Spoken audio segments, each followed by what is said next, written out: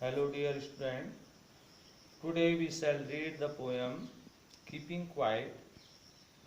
This poem is written by Pablo Neruda. It is the pen name of Naphtali Ricardo Reyes Basalto. He was born town of Parral in Chile. Pablo Neruda जो कि parallel chilli में पैदा हुए, उनकी जो कविताएं हैं तो सामान्य प्रतिबिंबों से भरी पड़ी हैं, फिर भी जो है उनकी कविता की सुंदरता कम नहीं होती। ये कुछ डिफिकल्ट वर्ड हैं, इनको आप अपनी कॉपी पर उतार देंगे। तो कविता में जो कवि है वह क्या कहना चाहता है इस पोएम के माध्यम से बताएंगे। जैसा कि इसका शीर्षक है कीपिंग क्वाइट, यानी कि शांत रहना। तो शांत रहने के संबंध में कवि क्या कहता है, देखिए। Now we will count to 12 and we will all keep still. अब हम 12 तक गिनती गिनेंगे और शांत हो जाएंगे।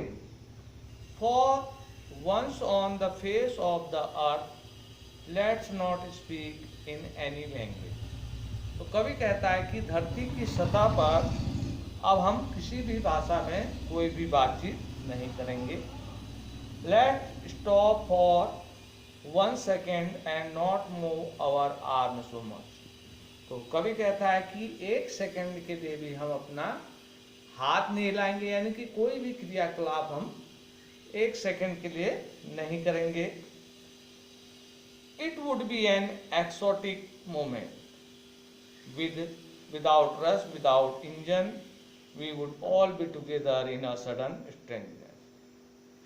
तो कवि कहता है कि जब हम ऐसा करेंगे तो यह एक असामान्य, एकदम से असामान्य होगा, बिना भाग दौड़ के, बिना किसी क्रियाकलाप के। और तब हम आश्चर्य के साथ जो है एक साथ इकट्ठा होंगे। Fisherman in the cold sea would not harm whales.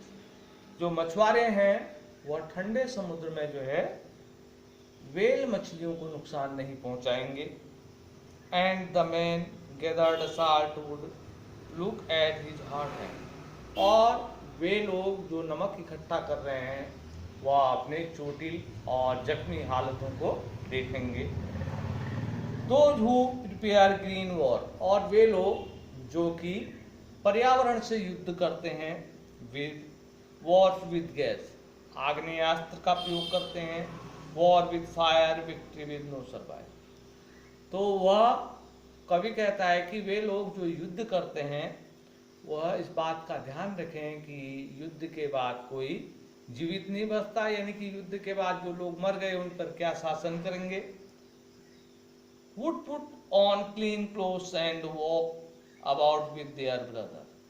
तो कवि कहता है कि ऐसे लोग साफ सुथरे सफेद कपड़े पहने और अपने भाइयों के साथ जो है इस धरती पर गति करें, यानी कि अपने भाइयों के साथ घूमें। In the shade doing nothing. पेड़ों की छाया के नीचे बैठें और कुछ कार्य न करते हुए उनके साथ शांतिपूर्ण बात करें। What I want should not be confused।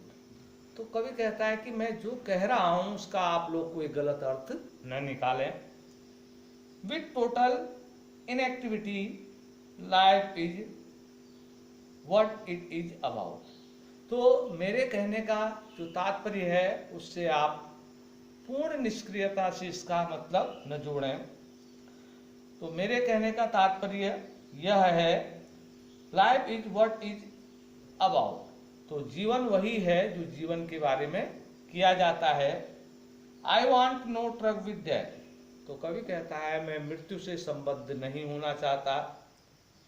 If we were not so single minded about keeping our life so moving and for once could do nothing perhaps a huge silence. तो कवि कहता है कि अगर हम बिना कोई कार्य किए हुए एक क्षण के लिए शांत रहते हैं तो उससे संसार में, पूरे विश्व में एक साथ बहुत पूर्ण रूप से शांति व्याप्त होगी, यानी कि पूर्ण रूपेण पूरे संसार में शांति व्याप्त होगी।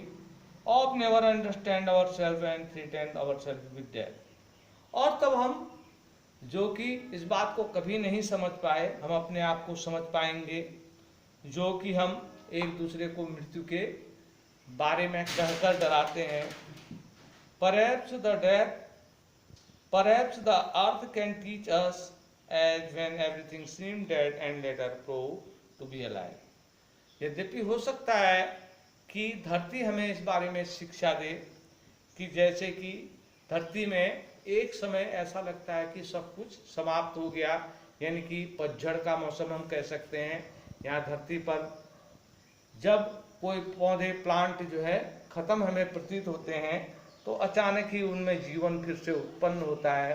यही बात जो है हमारे इस कीपिंग क्वाइट यानी कि शांत रहने से उत्पन्न होगा। Now I shall count up to 12 and you keep quiet and I will go. तो कवि कहता है कि अब मैं 12 तक गिनती गिनूंगा और आप सभी लोग जो है शांत रहेंगे, एंड आई विल गो, और मैं जाऊंगा। धन्यवाद। ये पोएम का सारांश है। कल इससे संबंधित आपको क्वेश्चन आंसर कराए जाएंगे। डिफिकल्ट वर्ड उतार लें। धन्यवाद।